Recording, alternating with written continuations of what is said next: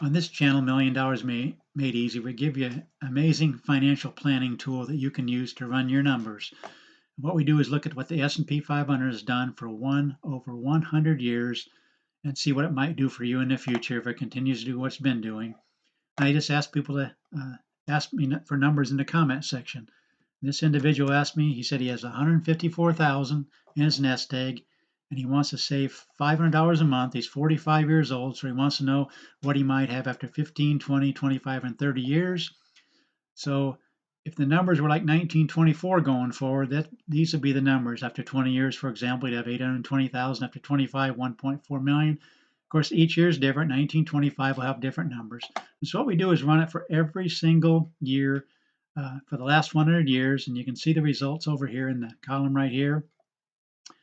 In the 20-year column, over that 20-year period, beginning with this amount and putting in this amount, he would have put in 274,000.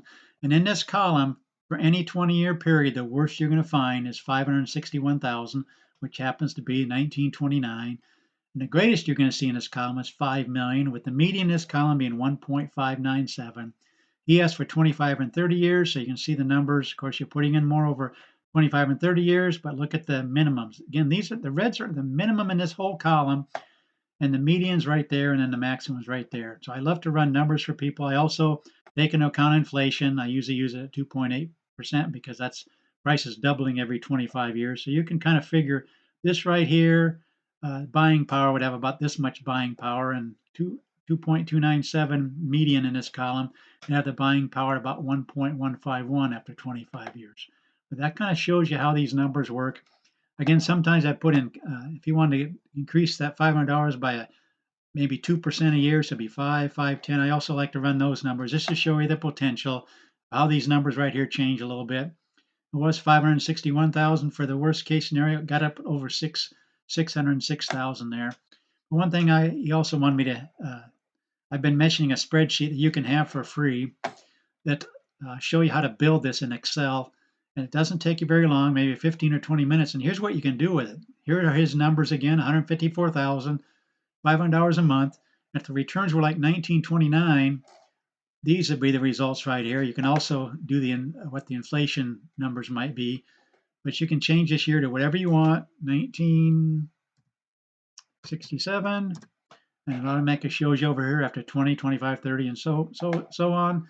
So you can just play with these numbers all you want, and you won't have to ask me to run any numbers for you. You can just play with it and learn from the numbers, get some idea of what you might have to have over these different time periods. Just try different years and you'll get some kind of an idea.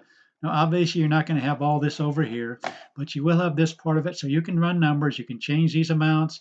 You can't do the COLA, but everything else you can do. Change the amounts here and change the years, and you'll see what you have right in this column right here for each year.